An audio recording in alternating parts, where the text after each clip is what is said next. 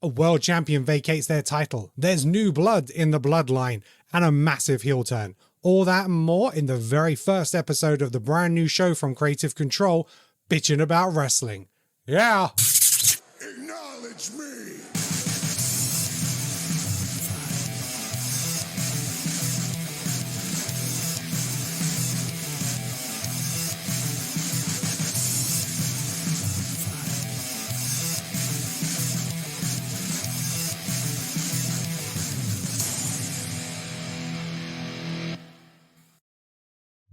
Hello and welcome to the first episode of our rebrand to Bitchin About Wrestling by Creative Control. I'm your host Kenan, and joining me on today's inaugural show we have Neil, our regular. How you doing, Neil? I'm good. How are you? Very well, thank you. It's good to have you on as always, and welcome him back after his debut performance in our two-parter episode. He enjoyed it so much and we loved having him on the show. We're bringing back Alex, who potentially is going to be a series regular. So Alex, how you doing? Evening, I am looking forward to bitching about wrestling. Because we've got a lot to bitch about tonight because we're all sad. Yes, we have a lot to bitch about, and that's where we're going to kick off. We're going to kick off with the big news of the week, and that is that Rhea Ripley has had to vacate the title. So this happened on Monday Night Raw. That's what kicked off the show. Rhea steps out. She's got an arm in a sling with a towel. You can see she's pissed off and addresses a crowd saying that she's injured and she's being forced or told she has to vacate the title. Lots of this is bullshit from the fans and stuff like that. So originally I thought this was going to be a bit of a work, and I thought maybe it was a way to protect Rhea at WrestleMania and her title reign, but then give her some time off. But I didn't expect to vacate the title. So I thought she might say, I'm injured, I can't compete for a little bit, she might have to go away. Because we've had this thing with Seth Rollins where he was injured, kept his title. There's no mandatory 30-day. Roman Reigns didn't, defend his title for about 4 solid months last year. 120 days. Right, exactly, 120 days. So first of all, what were your initial feelings about it? Neil, I'll come to you first. What were your thoughts when that happened? I dislike it because obviously it's Rhea. Rhea's an absolute phenomenal wrestler, phenomenal champion. So having to, this is like an historic reign. I think other than Bianca Belair, this is probably the longest title reign in women. I think it's 380 days. Yeah. So the fact that it has to end with a vacate of the title is quite a sour note. But at the same time, I look at it from the standpoint of trying to stay as positive as I can. I look at it like this. I think, well, WWE are in a position now where they can really step up the women's championship division. Because this, you think about it, this has happened, and next week, Friday, is the first part of the draft. Yes, it is. Yeah. So it gives, and the fact that, I'm sure we're going to get onto the draft at some point, but it's we will. The fact of what's involved in the draft, the doors are wide open. And by starting the new, I guess you could say new season of Raw with a, maybe a tournament or whatever you need to do to get a new women's world champion. Yeah. It'll be great. And just imagine if they lean into it and they make Liv Morgan a heel and Rhea Ripley comes back like the bride from Kill Bill and just wipes out everyone. Yeah. The problem is they're not doing a tournament. They said there's going to be a new champion by Raw next week. They've already said the new champion will be crowned next week, which I don't think is the right way to go. I think it should be a tournament. And then you cement it a backlash, right? Exactly. It's a real good opportunity to elevate a whole bunch of people from the women's division that are randomly dotted around in tag teams to fill out the tag team division, which I really want there to be a decent women's tag team division, but people are just thrown together. Yeah. The only decent actual proper tag team is Katana Chance and Kaden Carter. Yeah. They're the only decent actual proper come Tag together as a tag team. Yeah. Everyone else has just been lobbed together. Well, with the exception of Candice LeRae and Indy Hartwell. But again, they were lobbed together though. No, because don't forget they were in the way in NXT. NXT. Oh, okay. I'm not a big follower of NXT. So Yeah, I will bow to your knowledge on that. Yeah, they've always been kind of like closely aligned. They've done tag teams and tag matches before because it was the two of them, Austin Theory and Johnny Gargano. So the four of them, it was like, two guys, two girls, and they were together, and things happened. So you got them and the Kabuki Warriors, and that's it. Yeah, but you do make an absolutely valid point because it's sort of like everyone else, you kind of just like, oh, you've got nothing to do, I've got nothing to do. Yeah, let's do something together. Yeah, I think rushing a new champion isn't the right thing. It's a real opportunity to bring people in and to create that tournament and have that round robin kind of thing going on. They've done a lot of number one contender stuff, and I think that was probably the right way to go. But yeah, it is being reported that it is a genuine injury because actually what's funny is last week when we saw her in the corridor with Dom, she had a brace on her left arm. Yeah. And so when the attack wrist, happened, wasn't it? No, wrist, yeah. So it was a glove that went from the hand to the elbow. And so I thought, okay, maybe the attack is going to lead to that. But obviously she comes out on Raw this week and she's got her right arm in a sling. So I was like, okay, it's got nothing to do with that. And it's been reported that it is a genuine injury. Apparently she suffered a sprained AC joint in the Raw with Liv Morgan last week when Liv threw her into the wall and she hurt it like a total fluke. And it usually takes 4 to 6 weeks to regain mobility and 3 months to get back ready to go. But it's a joint between the collarbone and the shoulder. And apparently that's where the injury is. So it was apparently very much a fluke. I thought she was going to be given some time off to go get married, have a honeymoon and stuff like that. But actually, from what we're actually hearing from behind the scenes and sources, it is quite genuine. And that is really sad for her. And, it's lucky that obviously something like that doesn't happen before WrestleMania. But when you're in such a long title reign, and then that happens, that's got to be going. Alex. Unfortunately, no one is blaming Liv Morgan for it because it was just a freak. It was a normal stunt that happens every single day, and it just went wrong. And she didn't do anything wrong, so there's no. Yeah. I thought she would have got a concussion. Heat. Yeah, I thought she would have got a concussion from the headshot from the chair. Yeah, which everyone thought, but she was absolutely fine. But it does make Liv look proper badass, though. Yeah, however, and she did come out and face her. However, how much now does Alexa Bliss want to come back? And we want, I want Alexa Bliss. I'm a big Alexa Bliss fan. I desperately want Alexa Bliss to come back. She's now like, ooh, title picture. Yeah. I'll come back next week. Well, that's the thing is, I actually think that, because I think I must have missed that bit where it said that a new champion will be crowned next week. I think there's always multiple ways to do it, but one way to do it is if she is ring ready, you just have you say you have Adam Pearce in the middle of the ring.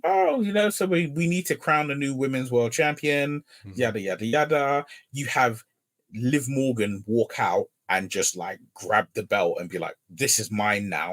And they were like, well, actually, you weren't the person I was going to name. The person I was going to name is just bang. Alexa Bliss's music hits. They can't just hand the title off. That's very Triple H from. The thing is, I agree. I say that they shouldn't hand the title off, but because Liv Morgan, I am willing. I'm always willing to let foolishness take place if it serves something better later. Goofy wrestling for life. Yeah. And I'm like, okay, so you bring in, you just have Alexa Bliss walk out and take the title and be like, thanks, Adam, and go off. And then it's like, oh, Liv Morgan just be like, you know what? Just so you know, I'm still on my revenge tour. Just because the opening act is done, that doesn't mean everyone else is safe. Yeah. And then it's, oh, well, at Backlash, the two of you can get it on. Yeah, I don't think they can do it this day and age. I think it has to be for. I'd imagine it's going to be Liv Morgan versus Nia Jax for the title, because they were the two people most recently in the picture, besides obviously Becky. We know Becky's obviously going to be taking some time out, and her contract is coming to an end, and whether that's resolved as part of that or whether they renegotiate a contract when she's off. So she's not going to be in that picture. So yeah, Nia Jax, Liv Morgan, that's kind of where I see it happening. And, you know, I wouldn't be opposed to giving it to Nia Jax to start with, and then having Liv Morgan fight for it and go on a revenge tour and be that heel, eventually taking the title off of her, ready for when Rhea comes back. Then she takes it back off of Liv, because that's really the way it should happen. And it is kind of strange that Liv Morgan was put out of the business for so many months because of Rhea, and now ultimately it's happened back the way around. Oh, the that's irony. The story you need to feed into. So that was a big news. Shout out to Rhea. Get well soon. We want you back as soon as possible. We are going to miss our mammy. Right, gentlemen, let's move on to SmackDown from last week. It was quite a show, actually. There's actually quite a lot happened. So what we'll kind of go in order. So it opened up with kind of announcing that there's going to be a number one contender tournament. So there's going to be 2 sets of matches, and the winner from each of those matches, 2 triple threats. And the winner of each of those matches would face off next week to be the number one contender for Cody Rhodes. But Cody Rhodes came out. He acknowledged, he kind of acknowledged his move to SmackDown by talking about the number one contenders. Yeah, he acknowledged himself, talked about all of his potential contenders, talked about The Rock. It very much feels like Cody is being used as kind of previously on Raw and SmackDown. He's kind of that narration to say, oh, and The Rock said this, and this person said this, and this is what's happening tonight. And so I think I want more of him off the mic, but it is just out of WrestleMania. It is early days. He is kind of the new WWE champion, which is also what they continue to refer it as. It looks like they have dropped that Universal tag, and he keeps referring to WWE champion. Did any of his speech move you guys, motivate you guys or anything? I mean, it was kind of emotional one on Raw, but SmackDown was just kind of paint by numbers. It's filler at the moment. It's building this. It's building the next part of the story for him. You know, it's they've got. I think they've got the opportunity to have a new John Cena. You know, the guy for the kids, and the guy who can have that part of the market. You know, he's out there doing the Make-A-Wish stuff. He's being best man at people's weddings and things like that. He's the ultimate ultra baby face, totally. kind of without an edge, you know, and not Adam Copeland. And I think it's the right way to go for him for now. Yes. I think if he continues like this, I don't want him opening every show. He apologized. He even apologized for being on Raw. You know, he said that the general manager, Adam, what's his name? Adam Pearce. Adam Pearce. I knew it was Adam, and I just had Adam Copeland in my head. Adam Pearce had invited him onto the show just to sort of do it. But okay, it's like, right, okay, enough now. Stick to SmackDown. There's the draft coming. Stay where you belong. So we don't get tired of you, because I don't want to get tired of Cody. No, I love Cody. I think he's great. As I said before in our WhatsApp chat, I'm constantly singing his song. It's like an earworm in my head, and to be fair, to have him once a week might get it out of my head. So yes, Cody, please stay on SmackDown. I think what it is though is because I kind of noticed that this is something that tends to happen. It tends to happen a lot faster when it's, you know, like I think back to like when Seth won the Universal title and Kofi won the WWE title. Yeah. They both appeared on Raw the next night. Yes. And it's sort of like, I think because for the longest time, and even now, even though champions have changed, they're kind of, the world title is still like the secondary title. Yeah. And I think until the draft, when it's like officially Cody is officially on SmackDown and Damian Priest is officially on Raw, until that exact moment happens, they're just like, okay, Cody, this is the Cody victory tour. You're on both shows until the draft. Yeah, and it's probably the right thing for the fans. So whether you're going to Raw or SmackDown, you get to see him. I think as well, because of the fact that, Raw and SmackDown aren't held in the same city unless they leave, wherever. Because of the fact they're not held in the same city, it is a thing of like, well, yeah, but if I imagine like Raw is in your city, you're kind of like, oh, I'm gonna be pissed. I'm not gonna get to see Cody. But well, we'll give you that for now. We'll give you a bit of Cody for now. Yeah. Go on, Alex. They need to push Damian Priest because I'll be honest, for a very brief second, I had to have a think who the world champion was. And okay. And then because apart from talking to Finn Balor in their dressing room, we didn't see Damian Priest. No, he wasn't in a match. He didn't come and do a promo. He was at the end. The champion came and he was did at a the promo. end. But we'll come on to that. We'll come on to Raw in a bit. So let's go on to SmackDown. So the first match we had was LA Knight, Bobby Lashley versus Santos. First round of the number one contender match. I thought it was a decent match, some nice spots. Bobby Lashley hit the big power bomb with LA Knight and Santos off the top turnbuckle, which was really nice. We got a lot of interference in this match, which I didn't expect.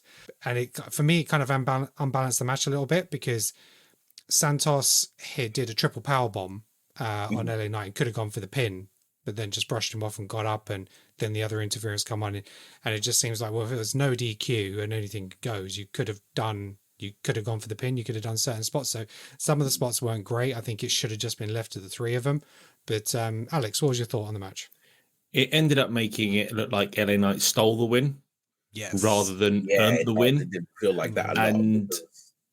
And there's plenty going on in that match that you could, because obviously it's always difficult when Bobby Lashley's in a match because he's a monster. The power in real life would destroy both of them easily.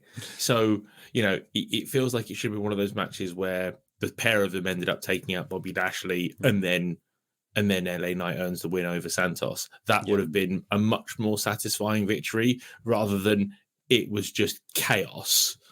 And LA Knight just managed to hit a BFT and that was it. That was it. It was. It felt like a stolen win rather than a proper win that AJ's was. Yes, I absolutely agreed. Neil? I agree very much so with that, but I think it seems to be the nature of triple threat matches in most recent times of WWE, because at WrestleMania, Logan Paul's match ended with that. It ended with him stealing the win, right? Randy Orton hit an RKO. He threw Randy out the ring.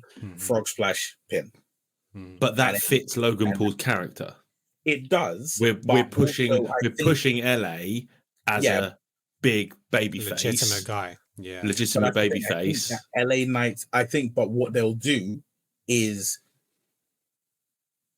the outlook is probably you just need to get to AJ LA Part 2. That's the goal, is to get there. And because of the nature of the people involved, like, you're right that it should have been LA and Santos taking out Bobby Lashley, but LA is a face and Santos is a heel. So you're like, there's no safe way to not dilute LA Knight's face value, because if he works with Santos, he works with a bad guy. He is not the guy that you have beat Bobby Lashley one-on-one. Not yet. No. So you need something to take place, and having it that he just slips in and steals the win at the end, it fits more in line with the nature of him and the nature of the match, because he is a face, but he's not a good guy. Yeah. I mean, they could have had the interference just take out Bobby Lashley and then leave Santos and him in the ring to have a little bit more of a one-on-one and negate one factor. That's probably how I would have booked it. But in fairness, Bobby Lashley was probably the wrong pick for this match, because I think Bobby Lashley is legitimate enough on his own to have his own program after this. Yeah. Yeah, You know, I think he's a good one to have a program between now and Clash at the Castle. yeah. And then It'll be him and Santos now, won't it? Because it'll be him and it'll be Bobby Lashley and the Street Profits and Santos and his crew. So that'll probably be the next faction where they go. But I think as well, the thing to pay into that is I think they chose. It looks like they basically just tried to choose the winners from SmackDown, from like the WrestleMania winners from SmackDown's point of view. Yeah. Yeah. All right. So then we led on to a couple of segments. So we had the Bloodline backstage where we had Solo and Jimmy and Paul Heyman.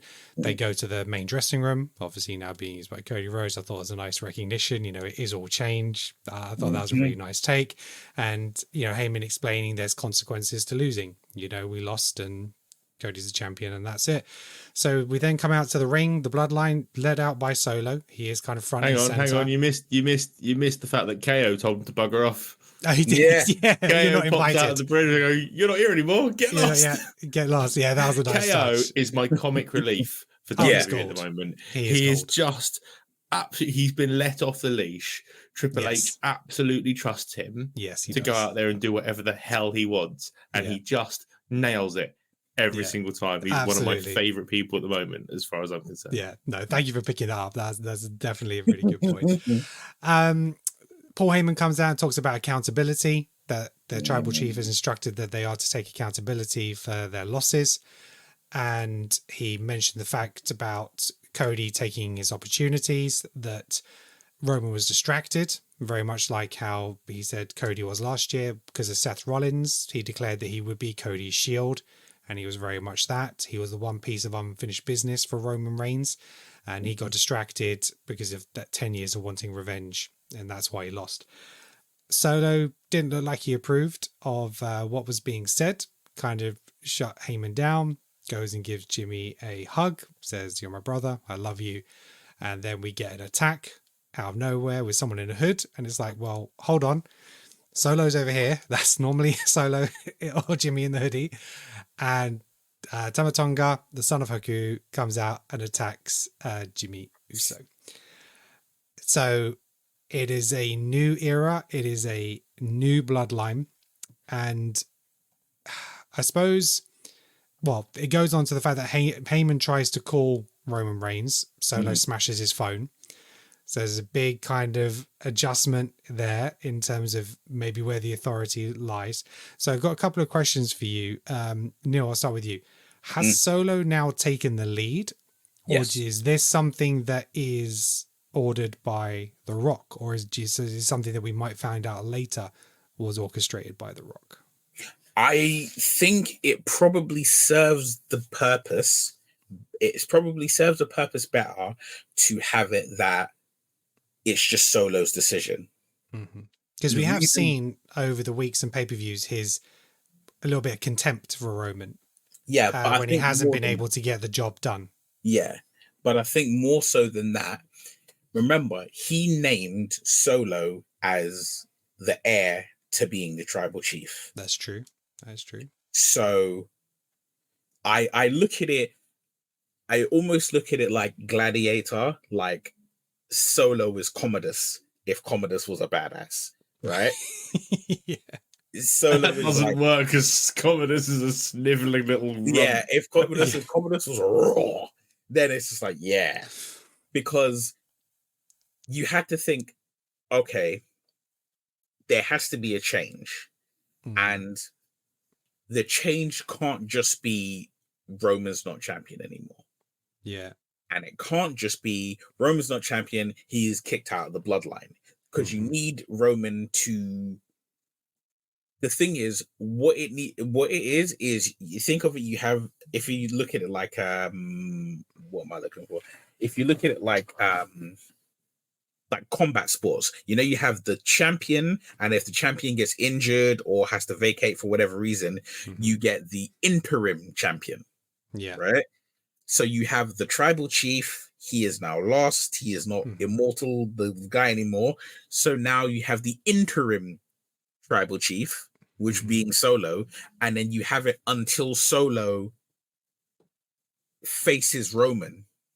Yeah. I guess you could say and it does other things. It brings in my dream Haku's son, Tamatonga. You have him in there, and now it's a thing of, so you have a tribal chief, but then you have another tribal chief, and there are odds. So they each need to assemble their own bloodline to come in, and it's like, who does the final boss side with? Yeah. Alex, I thoughts? think Solo sees weakness. Yeah, He saw The Rock win on the Saturday night and Roman lose on Sunday. on the Sunday night. Yeah. And it's like, even after he stepped in to help him. Yeah, correct. There is weakness there, and it's either Solo is trying to help rebuild, and he is just a good foot soldier trying to bring to try and bring everything back Fresh together. blood. Yeah. The question that needs answering is, did he bring in Tamatonga, or did Roman bring in Tamatonga, or did The Rock bring in Tamatonga? Yeah. Because whoever has brought it, because I mean, I'll be honest, I didn't know who he was.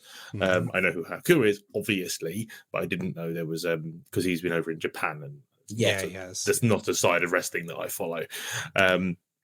So it's very interesting to see how that's going there. But it's funny, I know obviously we cross over with movies in this place, and I almost see Solo a bit like Clubber Lang when he's like, this champion's weak. I'm better than him. He's getting cheap fights and hasn't fought a real fighter. I'm a real fighter. So could we see a Roman versus Solo fight later down the line when everything starts to crumble and falls apart? Because Roman hasn't disappeared. No, he's been over Instagram. He's putting all his fitness videos up, and he's been very, very present. And I'm surprised at this because I expected the bloodline to disappear for a while. Yeah, I did not expect them straight back on television. So I'm very, very excited to see what they've got going for this, and I think they're going to keep us guessing for a really, really long time. And then obviously what's going to happen with Jimmy. Part of me thought Jay would come and save him, but I think that's going to happen later. Because it's about the long game. Look, I don't think they're going to put a singles title on Jay. No, I can't see a singles title of next year. Say that again. I think this bloodline, the bloodline, real bloodline civil war, this new bloodline versus old bloodline, I see it being the story of the year to lead into Rock Roman WrestleMania 41. I'm here for it. I'm here for it. Yeah, they're talking about like Blood Game, talking about Bloodline Survivor Series, like Bloodline War Games, and you can see two sets of teams because there's another person to come into this, isn't there? Into the Bloodline. There's more. There's more than one. There's more than one. Yeah. Because the thing is, enlighten me. You guys are much deeper in the history than I am. So the thing is, Tamatonga has a brother. His brother's name is Tangaloa, right? Last I remember, Tangaloa still is in New Japan. But the thing is, so they were part of a tag team called GOD, or Gorillas of Destiny. Right.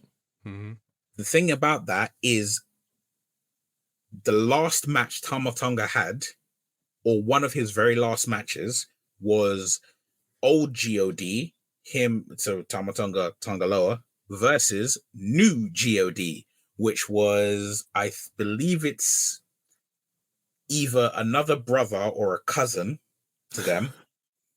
Just, I know, another family member. And that person's tag team partner, who is not related.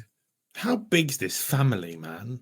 Huge. Put it this way: if they could, I tell you this, they could hold a pay-per-view just by themselves. Yeah, in fact, they did. I think they did. If I remember correctly, I think either last year or 2 years ago, a couple of years ago, they held a pay-per-view where every match had members of the family in it. Yeah, no, it's crazy. You gotta think Nia Jax is part of that family. Naomi is part of that family. Naomi? She's Naomi married is to married Jimmy. to Jimmy Uso. Oh, of course she is. Of course she is. Yeah. Yeah. So Okay, you've got them as part. There's another Uso brother. Yes. What is his name? Not I think it's Joseph. Joshua. Yeah. No, Joseph is Jay. Joseph is Jay. Yeah, there's another Jay. Joshua, Jonathan, Solo, which I can't remember his real name. So you got Joshua Samuel, you got Jeremiah, Jonathan, Joseph, Jeremiah, and Thavana, the sister. Jeremiah. Yeah. So you got Jeremiah. You got Rock's daughter, who's general manager of NXT. Mm-hmm. Yeah. See, the family is huge because there's a set of twin sisters who wrestle in another company. They are, I think they're either daughters or nieces to Rikishi because he's always hyping them up on his social media. Yeah. This family is humongous. They'll have like a 4-on-4 tag match, like night 1 of WrestleMania, and then night 2 will be Rock and Roman for sure. Yeah, it's got to build to War that. Games is going to be insane, isn't it? It is. I just don't think at the moment Solo is a big enough threat. I know he always comes out and attacks, but actually, whenever he has a one-on-one match, he generally tends to lose. He's been off on the mic. I think the beauty of this incarnation of Solo is you can literally position it as saying every time I had a match and I lost, it's because I was Roman's attack dog. He had me on a leash. Now I'm off the leash and I'm just collecting wins. That's what he needs to do. Look what he did to Cena. Yeah. Exactly that. He needs to collect wins. That's exactly it. Because we saw him at WWE Live, and it was him versus LA Knight, and obviously LA Knight went over. So that's a live event. But heels don't win in main events live. No, they don't. But they, in terms of live events, he needs to get some wins. And then obviously some pay-per-views and Friday Night Smackdowns. He needs to get some views and really build up that persona of him. As that kind of monster heel interim leader. Yeah. Okay, let's move on. We had Bayley address the WWE universe, says thank you to everybody. It was really nice to see the crowd really support her. She wants to give an opportunity for the WWE Women's Championship. Out comes Tiffany Stratton. She's like, yep, I'll accept your open challenge. It's like, no, it's not an open challenge. I want to give it to Naomi. Naomi comes out and she's like, I've worked for everything. I deserve it. Tiffany correctly points out, I've beaten you. So they have a 1-on-1 match for a number 1 contender, and Naomi comes out on top. It was a decent match, but again, I thought it was a poor finish. Just kind of a roll up. I suppose it does kind of protect Stratton in a way that she wasn't completely beaten. She's going to be a star, that girl. Yeah, so it does protect her in that way. Talent pinned her down. Yeah. For Naomi to beat her badly and clean. Yeah. Would have done her a disservice. Would have done her, because I mean, again, I don't massively follow NXT. I had heard of Tiffany Stratton. That girl has just so much talent and is so good on the mic. Has that great obnoxious heel character that we got from like Carmella, who obviously isn't around anymore. Whether she's coming back or not, I don't know. Yeah. And I like that annoying heel character. Chelsea Green has it, but doesn't have any threat to her. Yeah, agreed. Tiffany has a threat to her because she's a badass in the ring. Yeah, next Money in the Bank winner for sure, has to be. Yeah. But, Neil, thoughts on Bayley, Naomi, Tiffany?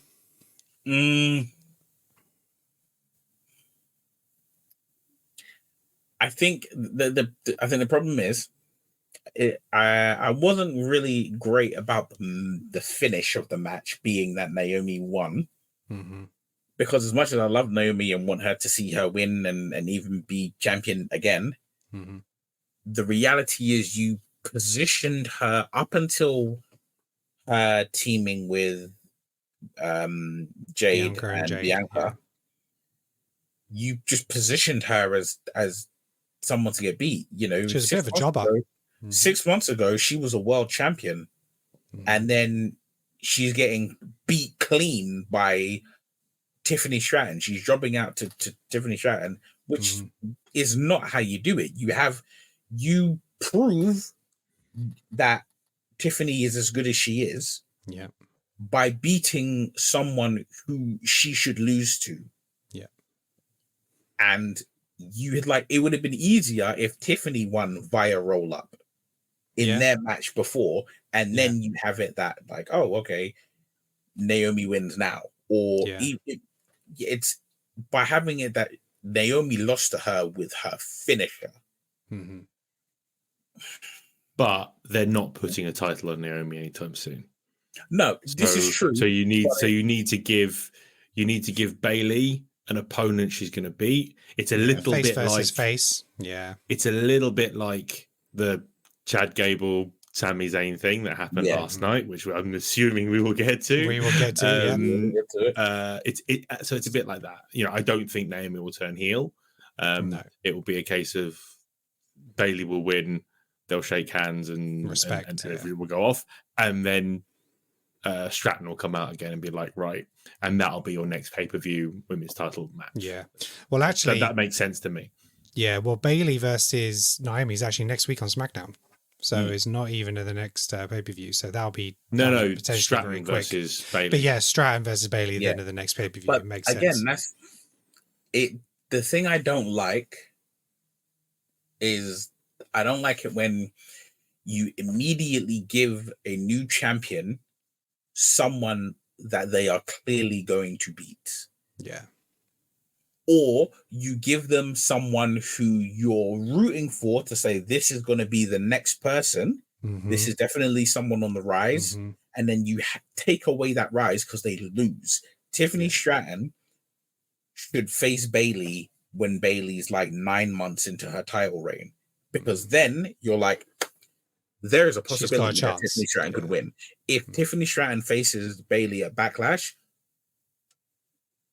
I promise you that I'm not watching that match live. Modern F1. Modern F1. Jesus Christ, I'm thinking about two different sports today. Modern WWE is too quick to put title matches on.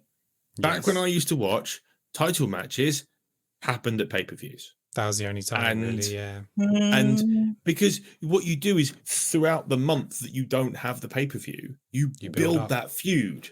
You know, you have backstage stuff where they beat the crap out of each other, jumping on. You have good promos, that kind of tag stuff. matches. You could have not done this Naomi thing, and you could have done Tiffany Stratton and Bailey at Backlash, and you could have had them, you know, Tiffy jumping Bailey and doing all the heel stuff that you'd expect. Then you get to Backlash, they have an absolute barnstormer, and Bailey steals it. And then you can actually go on and do it again at the next pay-per-view because Tiffany's will be, and then you could actually lose, Bailey could lose the title because we don't need these long title runs anymore. And you could just keep it shuffling and moving more. I don't need a title match on SmackDown.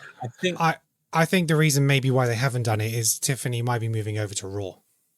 So draft. I keep think, forgetting about the draft. Yeah, so there's some feuds which they can build, but really anything up until this pay-per-view, no titles are going to change hands because that's going to mess up the championships on different brands potentially. So we'll go into that, but yeah, at the moment, long-term feuds are going to have to be put on hold until the draft, and then we'll get a better picture. So then we had a tag match. Well, no, we had a Logan Paul segment. He was great as ever, just talking about his social media and the impact he's had on WWE, reminding everybody he's a champ. No problem with that. We had a tag match, Bianca Belair and Jade Cargill versus Piper Niven and Chelsea Green. 1 minute and 24 seconds the match was. And Cargill hit 3 moves, finishes it. And I'm bored of Cargill. I don't get it. I don't know what she did in AEW, but from what I've seen for her so far, you know, even Goldberg, I think, did more than what she's doing. So it's just, ouch. Yeah, I'm not a fan. She's a great specimen, but I haven't seen any great mic skills, and she's only done 3 moves. She picked her up and dropped her, kicked her, and then did a finisher, and that was it. And it's like Vince hired her because she just looks awesome. You know, but yeah, there's nothing impressive about her at the moment, and they need to do something with her, not just squashing Chelsea Green. I mean, fair play to Chelsea. She has a role. She understands her role and she plays her role brilliantly. And I have utmost respect for Chelsea Green. Yeah. But I'll come on to that a little bit more on Raw as well, because she lost on Raw to Cargill, then she lost to her on SmackDown, then she had another match on Raw. So, but I'll come on to that a little bit more. But she's a bit like the Dolph Ziggler of the women's division. Yeah, she's a little bit. Yes, good comparison. Neil, thoughts on Jade Cargill? I mean, are they just building them up as a tag team to go after the tag champions? Well, I think firstly, regarding Cargill's abilities as a professional wrestler, she is basically doing what she did when she was on NXT, on AEW. Right. She was just billed as like your female Goldberg. She literally, she was undefeated for something like, I think, between 50 and 63 matches. Right. And she did just come out and pretty much hit her moves, pin, go about her business. But it was done in such a way that it was like, I guess maybe because AEW's roster isn't full of household names. Yeah. So every time she faced someone and beat them, it felt like it was like the next rung of the ladder. It felt like, almost like, think like Mortal Kombat Towers. Yeah. Yeah. Just it rising felt up the ranks. Yeah. Making her way up. However, because in WWE, it's like, for the most part, everyone you're facing, unless you're on NXT, everyone you're facing is established. Yeah. I would say, right? So you haven't got many people that she could just go crush. Yeah, exactly. There's not a lot of people that she can just beat the crap out of and be like, oh, she beat this jobber. Oh, she beat that jobber. Oh, she beat this no-name local enhancement talent. She's taking on a Chelsea Green. But I think what they'll probably do is have her work her way up to the point of like, okay, she'll face an Ivy Niles who will give her a little bit of a run for her money. Yeah. Or then she'll face someone who has somewhat of a talent. Yeah. Well, I'm not saying none of them are talent. Let me rephrase that. She'll face someone who's like, okay, this person's a little bit formidable. Like she'll face a Zoe Stark, and then maybe the match goes from a minute 26 to it goes to 5 minute match. And then it'll go up to 6 minutes and 7 minutes. And it'll be like, as she's getting better with adapting to the WWE style of fighting, of wrestling, as she adapts more and more to that style, her matches will get longer and longer and longer. Yeah. Yeah. Alex, you got another thought? Yeah, or you keep feeding her people and she keeps destroying them, Goldberg style, and then she gets to a point where it's like, okay, well, it's time for her to have a championship fight, and it's like, well, she's never been taken into deep waters before, and then does she fall down during a title match? But unfortunately, because at the moment she's on SmackDown, it's up against Bayley, and that looks like a mismatch. But Bayley is such a good professional wrestler that you could be like, right, well, she's much smarter than Jade, and she can get round the power game by just being intelligent. But to be fair, the match I want to see, just because I just think they're so well matched, is her and Bianca. Yeah. Because Bianca has always been the powerhouse, despite Nia Jax, despite Piper Niven. She's always been the powerhouse. Yeah. And as far as I'm concerned, the marker of the women's division. I actually think one of them turning heel on each other, probably Jade turning on Bianca, that is a big match and would be awesome. Yeah. But I think they can build to that. I don't see Jade Cargill being a massive face. I just don't see it. I think her presence much more suits being a heel. Yeah, definitely. But it all depends on how good her mic work is. And I'm not certain I've even heard her talk. And if I have, I've forgotten. Yeah, she can get a mouthpiece. She could get a manager. She could be a Paul Heyman woman, whatever it is. So I think that if they'll build her and Bianca Belair to go after the tag championships, I think they'll win them together, solidify that friendship. Then eventually Jade will turn on Bianca, which then creates that feud and that one-on-one match. That's going to happen. Well, I'll say I agree with with Alex that she'll be the one to turn heel. I mean, technically, it would work for the nature of how long she's been a face. It'd probably work if Bianca turned heel, but I can't see Bianca as a heel. Yeah, I can't see it either. But I would say Jade will turn heel. But the thing is, from her work in AEW, okay, she's a great heel. She's a great heel. Well, that's good. So hopefully something to look forward to. Yeah. Okay, cool. Then we had our we had a glitch teaser this point from Uncle Howie. So we had a little glitch on the screen leading into that. Then we'll go on to that at Raw as well. So they are feeding us that Uncle Howie and sort of like this return for the Wyatt family. And I think it's Rowan. He was doing some independent stuff and he is pulled out of those. So the anticipation is very much this is going to be happening soon in a reunion. So if we had, him, if we had Uncle Howie, Rowan, and Alexa Bliss, that'd be pretty cool. Is Strowman due back?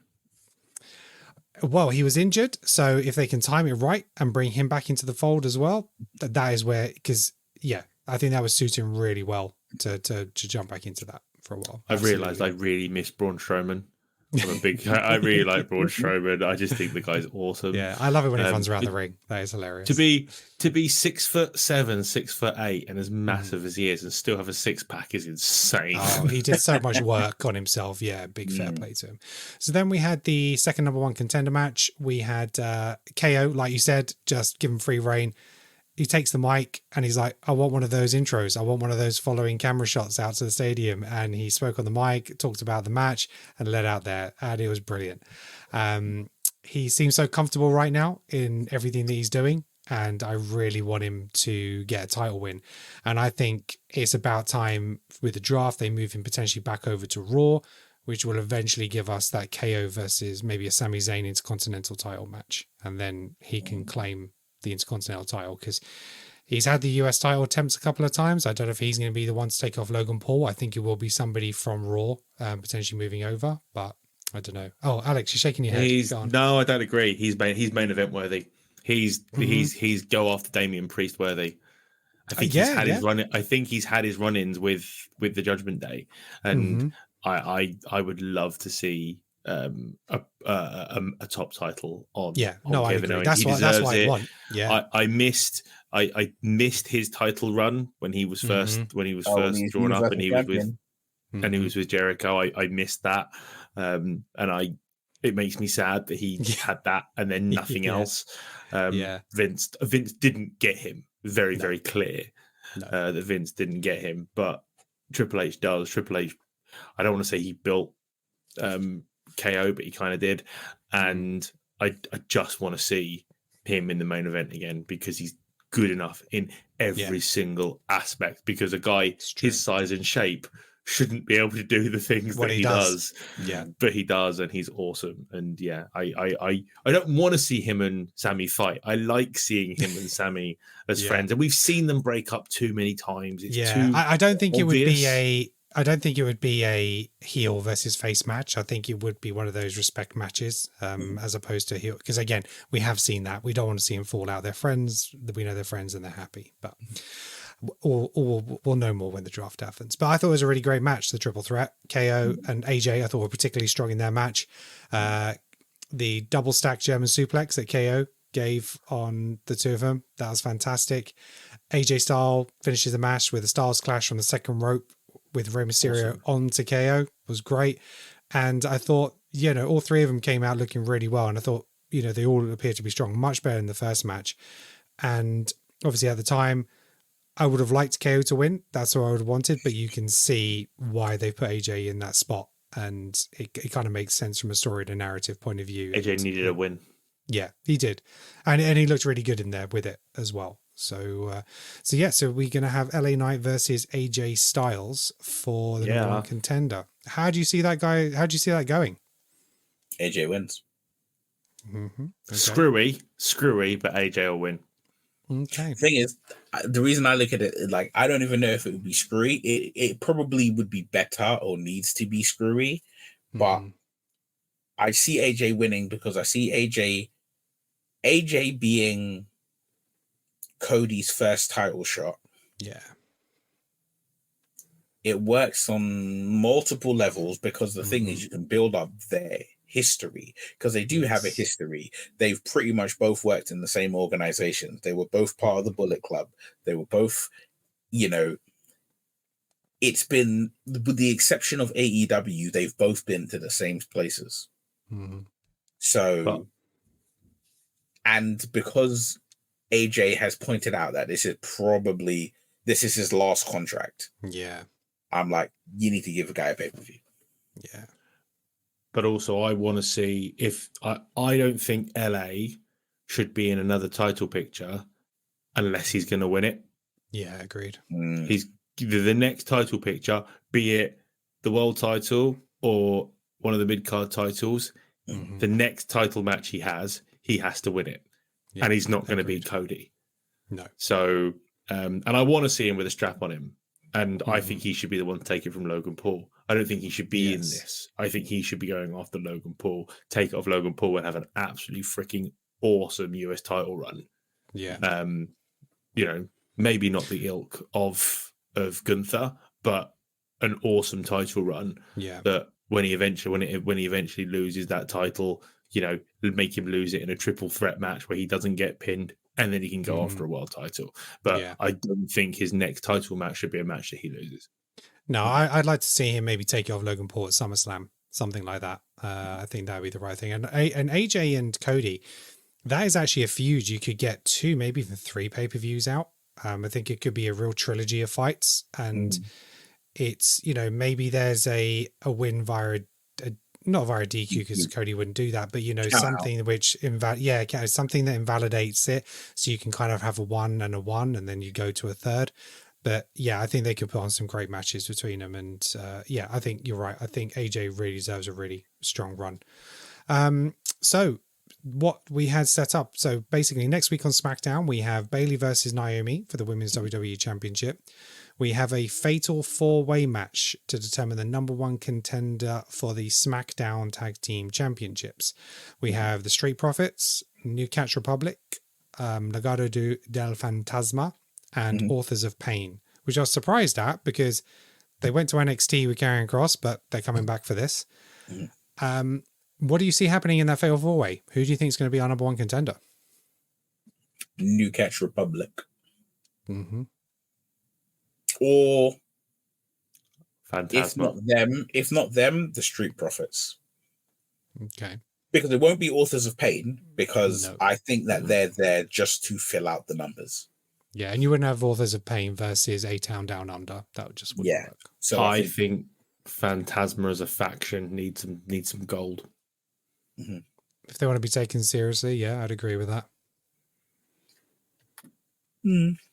But I would like to see the Street Profits versus A-Town Down Under. I think that would be quite interesting, and I think that might work between the two because they need to separate themselves from Bobby Lashley a little bit, and I think that would be the right way to go because you can still have the heels win and retain, and the Street Profits, maybe then that's where we get a turn, we get a separation, and they go off and do some solo stuff. That's kind of how I'd probably book it. And then as we've spoken, we have LA Knight versus AJ Styles, number 1 contenders match to face Cody Rhodes at Backlash. We're anticipating AJ Styles, so we'll see what happens there. Any more thoughts about SmackDown before we move on, gentlemen? Can I just point out yet again that I think Paul Heyman is the best seller in all of WWE. Yeah, he's just the best. Like how he can cry on command, and like when he was like, for someone who's not actually had like a official wrestling match, he's selling. Like when Tama Tonga was like, when he came out of the training room and it was like, is Jimmy okay? And he was like, no. And he was like, oh, what's happened? And he's just pressing himself up against it, like, I'm not looking. And it was just like, by order of the tribal chief. And then as soon as he's gone, he was like, the hell does that mean? Yeah. And the way he was carrying in the corner when the attack was going down, the way he screams out, "This is not what the tribal chief wanted." Yeah, he eats it up. And I was kind of disappointed to not hear him say, "Ladies and gentlemen, my name is Paul Heyman and I am a Hall of Famer." I was like, I'd love him to lean into that, but I think maybe that takes too much away from the bloodline. But I think he needs to recognize it more on the weekly show. But yeah, no, really good shout. Paul Heyman, he's just next level. He really is. Okay, let's talk about Monday Night Raw. We've already spoken about Rhea's injury, and that opened the show. We had the return of Sheamus, out for many months. Thoughts on his return? I mean, for me, personally, I miss surprise returns. I hate the fact when they advertise wrestlers coming back. I'd rather see a pop and everyone go, "Oh my God, didn't expect this person here," even if there's rumors or whatever it is. But Neil, what do you think of his return? In the nicest possible way, I could not really care. Because one thing I'm going to say is I believe he came back too early. The only reason I say I believe he came back too early was when that match was done, you could see him having the heaviest deep breaths. He was gassed. Yeah, he was gassed out, and I'm like, okay, you've come back from injury, so you're medically cleared, but you were probably just doing strength work. You weren't doing any conditioning. He's not ring ready. No, that's for sure. He struggled to get that foot up for that bro kick right at the end. Yeah, because it wasn't even a bro kick. It was just a knee. Yeah, we did the knee he did first, the knee, then the bro kick. And then he did the bro kick. And the knee's a new thing. Yeah. Because again, I don't think he can get his foot that high. So I think he has to go for the knee now. Alex, what sorry, I just don't think he should have come back and had a match. He should have come because he's a good promo. He should have come back and just cut a killer promo. Be like, right, I'm here, I'm back to screw everybody, to mess with everything and go after and go on his run. He didn't need a match, especially didn't need to almost bury Ivar. Because Ivar's been brilliant. He has been great. Ivar didn't need a loss like that, even though he lost to Ricochet and he has had a few losses, but he didn't need to lose to a returning. No, Sheamus didn't need to have a match. He's the guy they bring out now to make the other wrestlers seem powerful, with the strength. So again, Sheamus had him up on the second rope and like backpowered him off the ropes. And did a white noise off the second rope. That was an avalanche. Yeah. Should have been a finisher, that move. Didn't white noise used to be his finisher? Yeah, I think so. And he came out to his original theme song as well, didn't he?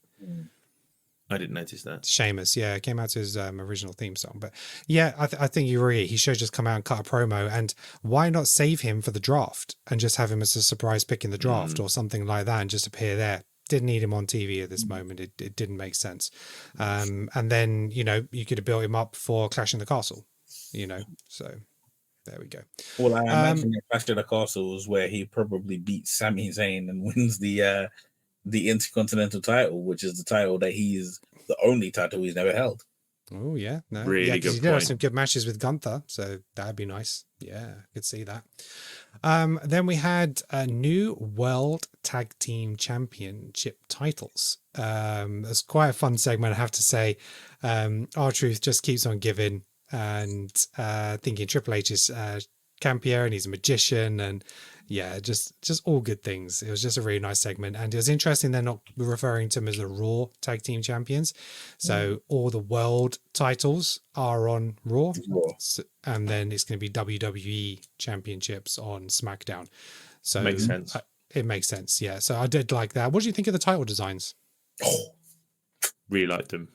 Yeah, I did. I love the red on the gold. gold. It goes with the other world titles. Yes. It goes with the women's and it goes with the men's world titles. It matches. And the Intercontinental. The Intercontinental title looks like that, similar.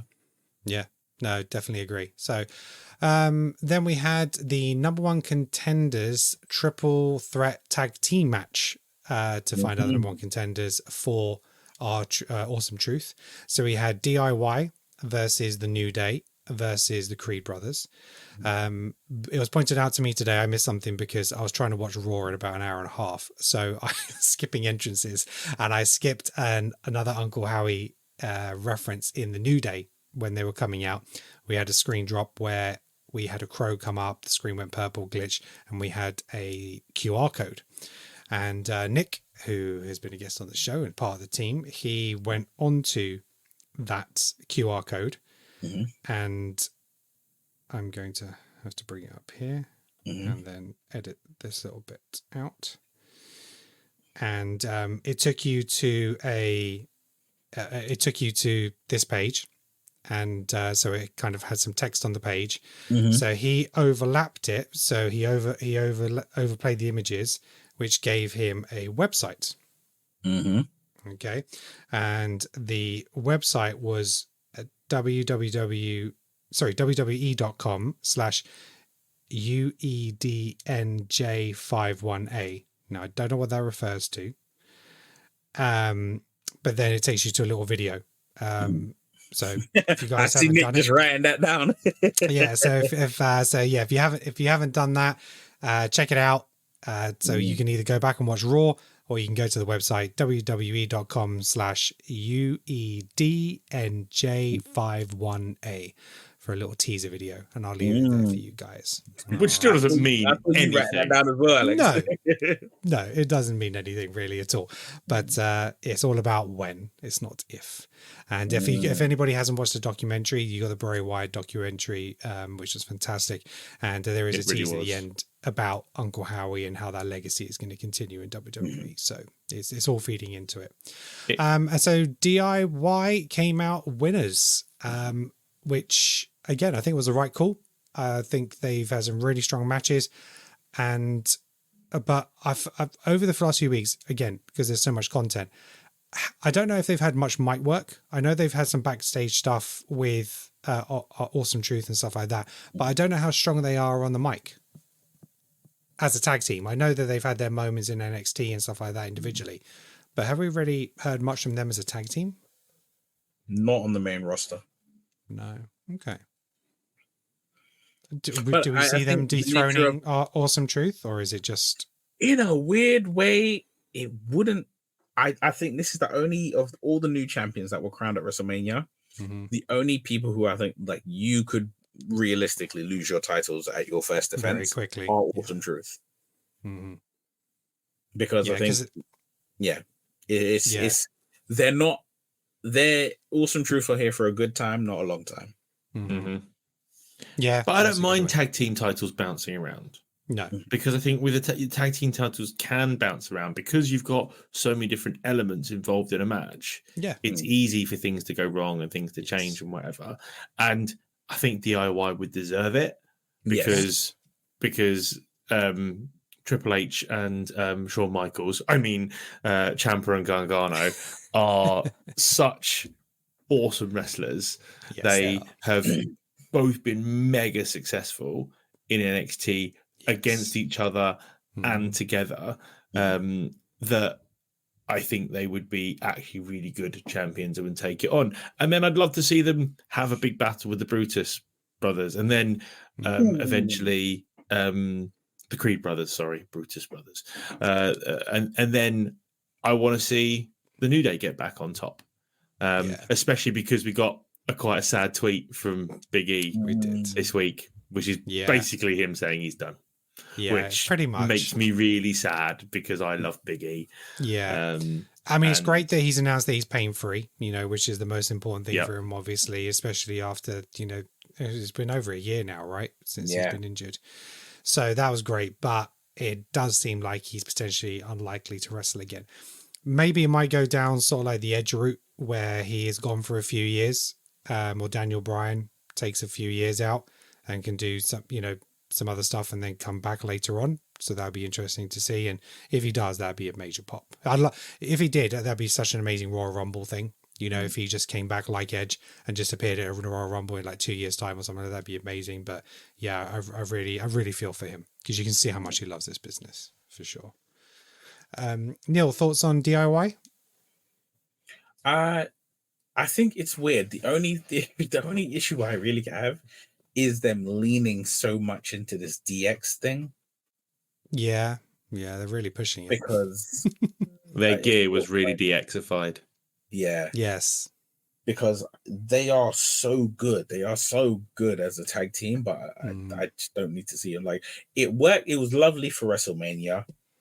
They come out in the DX colors. They do the DX poses and stuff, but it's like it would have been different if they won the ladder match, and then Triple H presented them with the World Tag Team Championships. Then, because then they could have a little back and forth about DX and legacy and friends and blah blah blah blah blah. But it just doesn't seem like it's necessary. Yeah, they don't need the DX rub. They're good enough. They're good enough individuals on their own that they don't need the DX rub. The only reason it's there is because Truth made the joke, because they look so much like, because Ciampa does look like Triple H. Yeah, it's true. It's true. Yeah, and they missed. I guess I think I may have missed it. Did when Ciampa came out? Did R-Truth make any reference to like, oh, here's Triple H? Considering he called Triple H Ciampa when Trips was in the ring. Sorry, say that again. So when Triple H was in the ring presenting them with the titles, one of R-Truth's jokes was he called him Ciampa. Yes. When Ciampa came out, did he call Ciampa Triple H? Yeah, he referenced him thinking he was Triple H. Yeah, yeah. Right, so that's the number one contender sorted out. So it's going to be DIY taking on Awesome Truth. Then we had a backstage segment of Drew McIntyre being angry and kicking down a TV. That was it. Then we had a tag match. We had Ivy and Maxine versus Candice LeRae and Indy Hartwell. I feel like I've seen this match several times now, or is it just me? You have Candice versus Maxine. Right. Okay. But what this match was about was Indy has decided to not take the good side. Yeah, and she's decided to follow Candice into the dark side, which I think is the right thing to do. Yes. Yeah. No, agreed. Yeah, they're on the same page now. It's kind of that whatever it takes kind of thing. So yeah, but the match was what it was. Nothing much more to say on that. Judgment Day. So then we had backstage segment. Damian Priest is firing up the Judgment Day, saying to Dominic, you need to go out and beat Andrade. And Finn Balor, he has a moment with him, and Finn's like, I think we should be focusing on the tag team championship and, regaining that. But for some reason, I'm fighting Jey Uso. And, Priest is like, no, you need to focus on Jey Uso. That's what it's about right now. So, again, underlying story threads there, feeding it in. I definitely, I think Damian Priest will hold on. I'm conflicted. I thought Damian Priest might hold on to the title for a while, but I want Drew to win it at Clash of the Castle. So then I don't know if that'll be something where maybe Finn costs Priest the title and then they have a feud. I think that's probably where it's going, but I would have probably liked to see Finn and Priest fight for the title, but that'll be too soon and too quick. So I don't want to see the Judgment Day break up. I think they're a really good faction. I don't think they need to break up. There's so much you can do with them. You could actually elongate Damian's title run by making sure they stay as a faction. I just don't feel like they need to break up. I don't want to see Damian Priest as a face. I think he's a really good heel. I think he works well with Balor. I think he works because the problem is you break up the Judgment Day. What does Dominic do? Because the whole but that's pointless. And that's where I see it. So like, you can have the Rocky stuff, the inviting the fuse, and then Mammy comes back and fixes it all. So without her there, it's a good opportunity to show those little divides where previously she would have pulled them all together and say, cut the shit. So I just think they're one of the best factions of for a long time, and I don't think they need to be broken up because they work. Yeah. They're a good bunch of characters that work well together, and it will also bury JD McDonough. Yeah, you get rid of the Judgment Day, JD McDonough's not going to do anything. No, fair enough. JD and Dominic, should they be going after tag gold? Yeah. I can see it. Because I think what you do is, okay, worst case scenario, Judgment Day break up because Finn turns on Damien. Damien then becomes quasi face. Mm-hmm. He gets screwed over at Clash of the Castle, loses the title because of Finn, and then he's sort of like either he completely steps away from Dominic and JD, or they just choose to side with Finn. Yeah.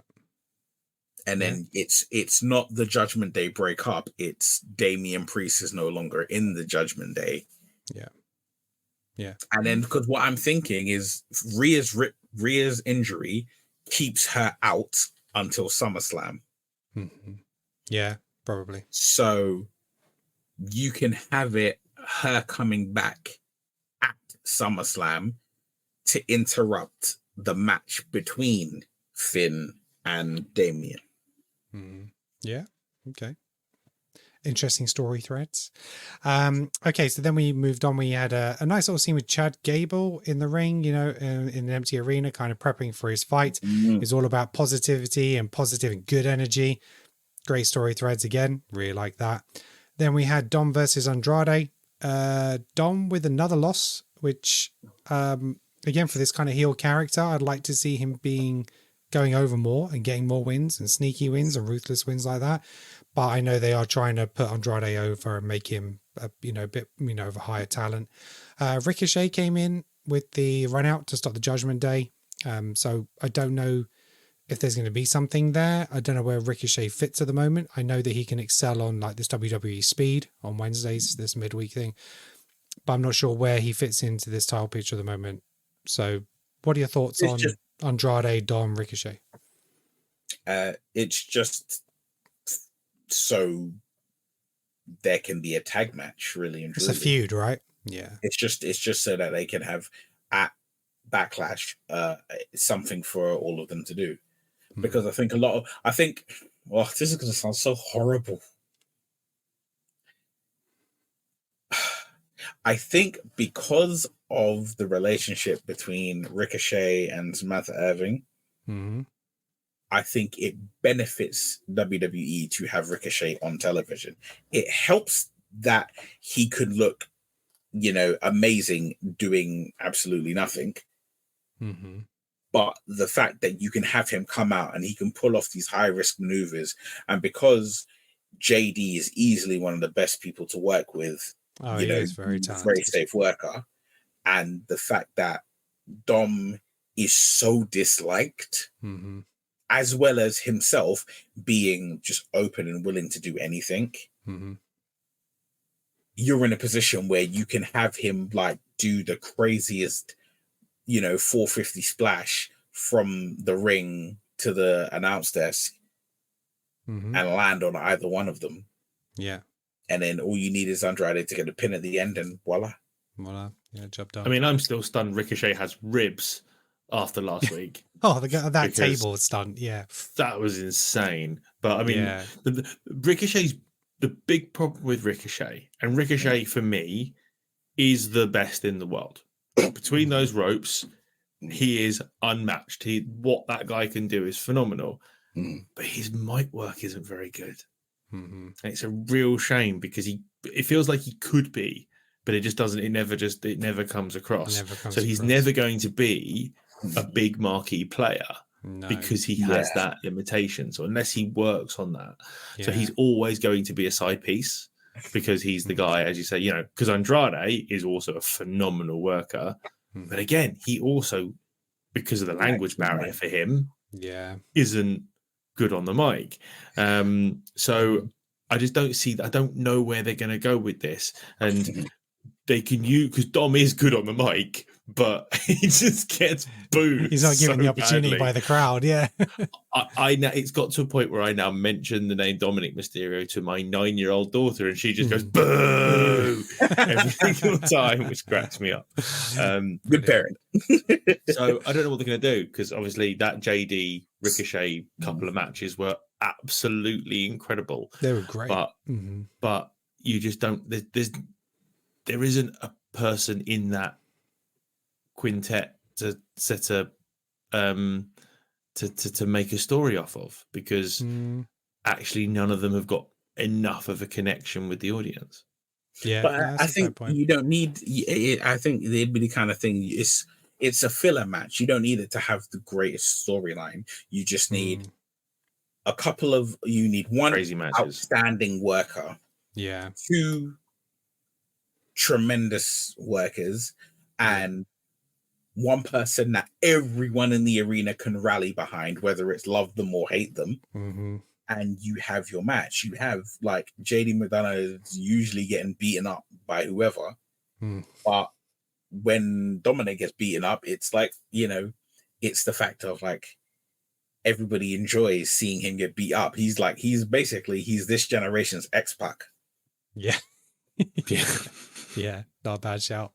He doesn't need to win. Dominic doesn't need to win anything. He's the only person who could lose. He could lose 100 matches in a row, and you wouldn't know it's 100 matches in a row. You're just like, oh, this person beat Dom. Yeah. No, which is a great thing for Dom, because he's protected in that sense. Because he should be protected. Yeah. And because of the type of character he could steal a title win at any point, and it'd be okay. You don't have to build him up. Yeah, no, good points made.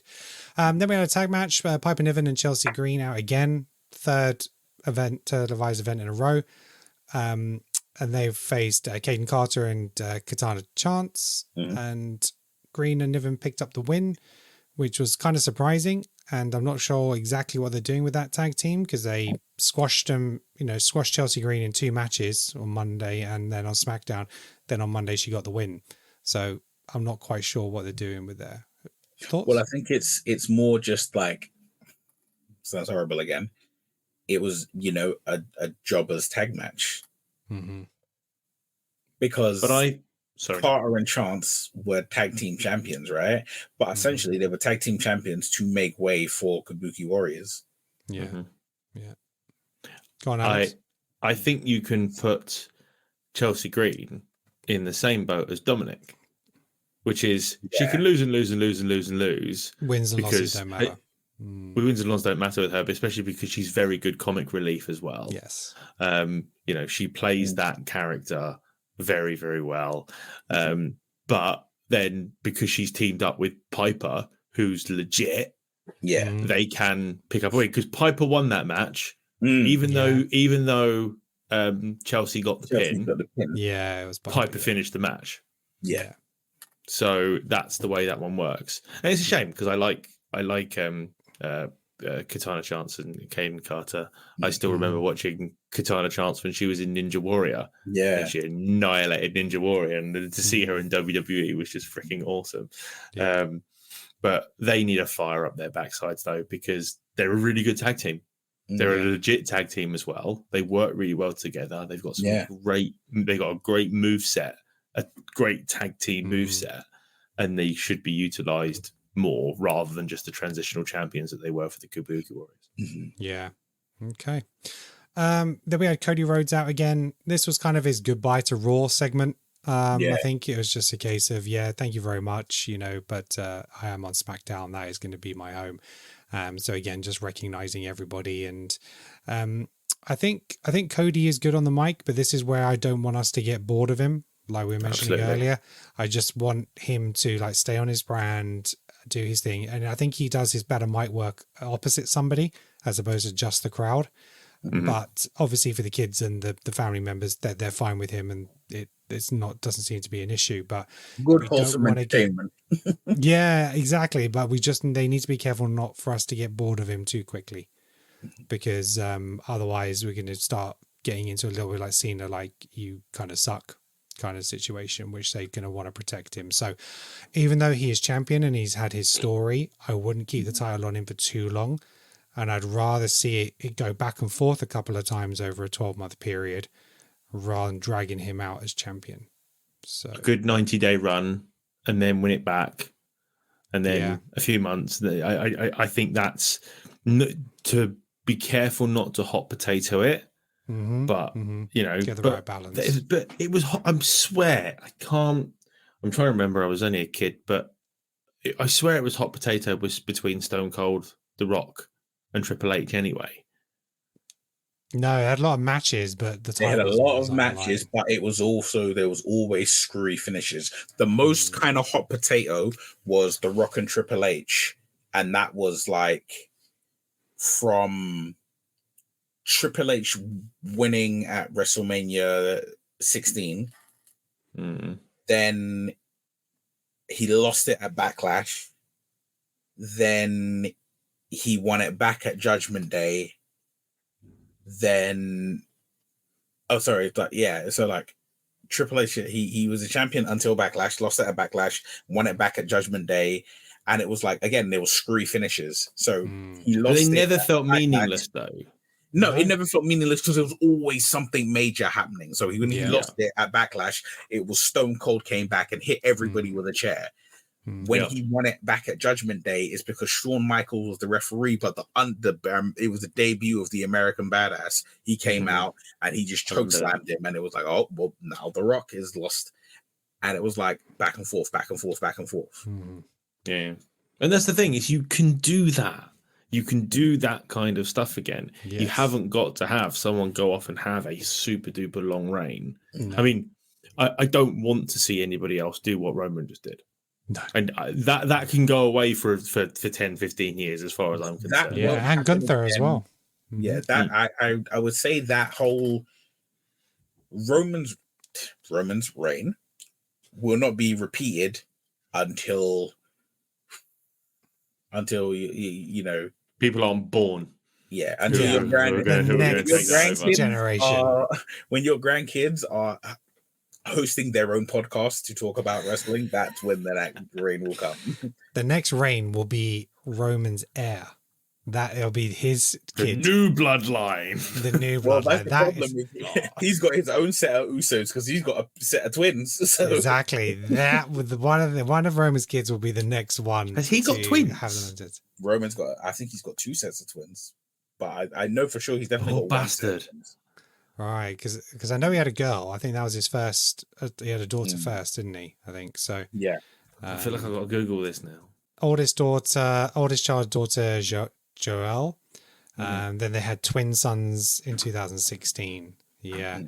And then Roman announced that they were expecting another set of twins. So I think they got 5 now. Yeah. Yeah, it's scary when you think the amount of twins that run through that damn family tree. Yeah. This is why I'm getting the snip. I'm happy with 2 kids. You're like, I don't need that bloodline. Nope. If I have one more kid, it's new house, new car, new thing, everything. And bearing in mind my oldest just turned 6, I don't want to go back to dealing with nappies. I'm done. Thank you.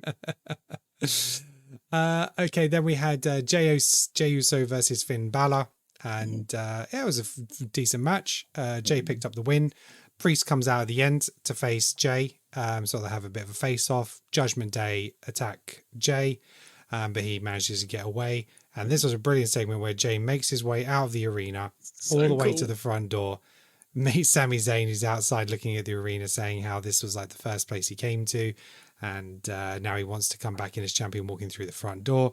Magnificent entrance coming through the arena. Everyone's obviously come out of their seats to greet him in the hallway. And, camera's just trying to navigate all these people. Comes out to the ring. Brilliant entrance. Him, Montreal, it was just such a great way for him to be celebrated by his fans and stuff like that. Good riddance, Kevin Dunn. Yes. Yes. Good fucking riddance, because that would never happen under Kevin Dunn, and that was the WWE has just all of a sudden become so cinematic. Yes, and it all just flows and works so beautifully, and I never really noticed the production that much beforehand. But now it's like so obvious on how awesome they can be with stuff, and it's just absolutely it's like they've hired Scorsese. They're getting these one shots that just go on forever, and it's just brilliant. Let's just hope it's not Michael Bay next, otherwise there'll be pyro all the fucking time. That's it. Exactly. Every maneuver gets pyro. Yeah, they'll just be on the ring posts like the old like Kane, and just be firing every time someone hits the mat. I'll say I just wanted to point out, right, for those who are watching this podcast or listening to this podcast who do not know, a little bit of trivia. I'm pretty sure that when Sami Zayn was talking about that event, I think that event was Survivor Series 97. So I think it was the Montreal Screwjob. Oh, right. Okay. Wow. Well, nice little bit of trivia then. Well done. Jay, is he main event? I know the crowd get behind him, but he's main event loser.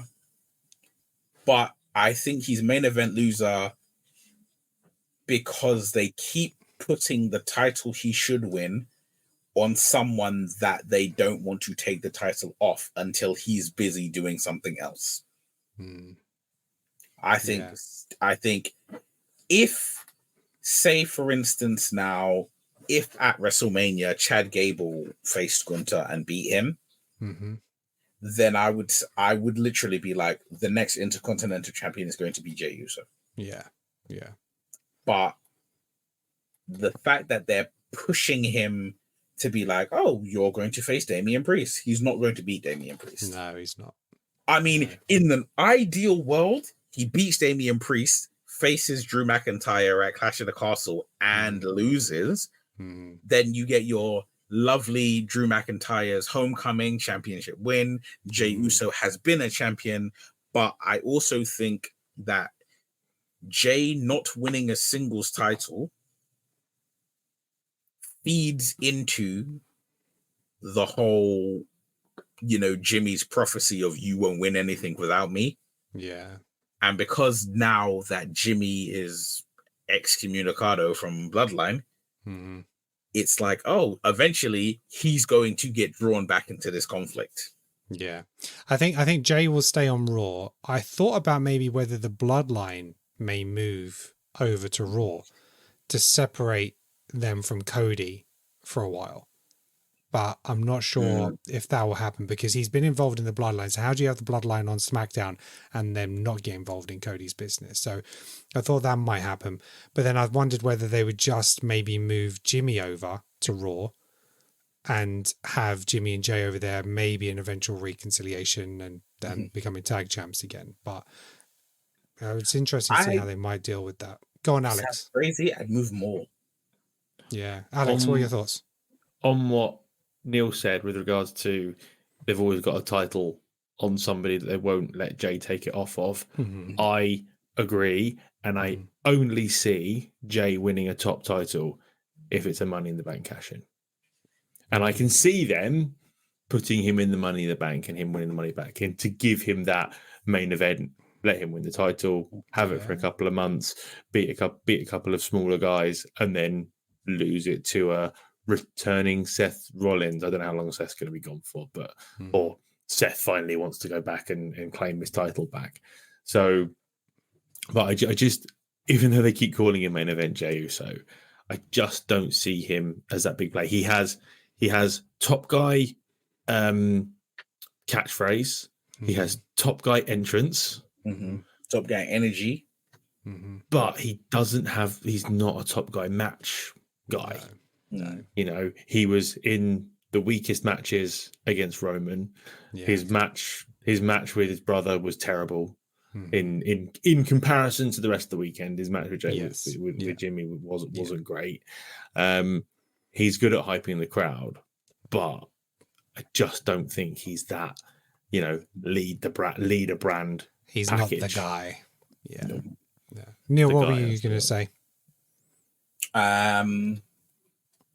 About the Bloodline, you said you're going to you'd move them all over to Raw? Yeah, I would. I would move I'd move them all. I'd have Solo, Tama, Jimmy, all of them, shift them all to Raw because really and truly SmackDown has been, let's face it, from the moment Roman was just on SmackDown, essentially, or just like predominantly on SmackDown was leaps and bounds better than Raw. Yeah. Yeah. And I think what needs to happen now is that Bloodline energy, that Bloodline stuff needs to go onto Raw, and it needs to go onto Raw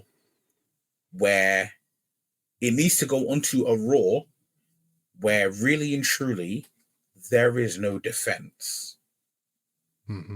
Because it's like, until the conclusion of WrestleMania, Jay always had Cody in his corner. Yeah. And now from that conversation that they had in the ring where he's like, no, I need to do this by myself. It's like he's making a conscious decision to be his own man. Yeah, and then how do you see, and you screw up you screw up his dream by having his brothers and his cousin all on the same brand. Yeah, and I can't see him moving Joe over to SmackDown because obviously he's back the way with Cody that him and Cody left it, until we yeet again. But maybe that was a premonition. Maybe he would move back over to SmackDown and, the Bloodline move over to Raw. It could happen. So, okay. So then we had our main event match, which was Sami Zayn versus Chad Gable for the Intercontinental title. Very enjoyable match. Sami picks up the win, which, let's face it, we all knew what was happening. He was in Montreal, hometown, celebration after WrestleMania. A nice moment of sportsmanship between him and Chad Gable at the end of the match. Brilliant. And then the heel turn. And I wanted this at WrestleMania. I had to wait a little while, but I got it. Chad turns heel, suplexing Sami on the outside in front of his family and taking him up onto the turnbuckle and putting him in an ankle lock around the ropes. Yeah, I'm for it. Did you guys expect it to happen on Raw? Oh, yeah. I expected it to happen at the end of their match, and I was like, it doesn't matter when this match happens, the second it happens, that's going to happen. All right, Alex. I didn't want it to happen.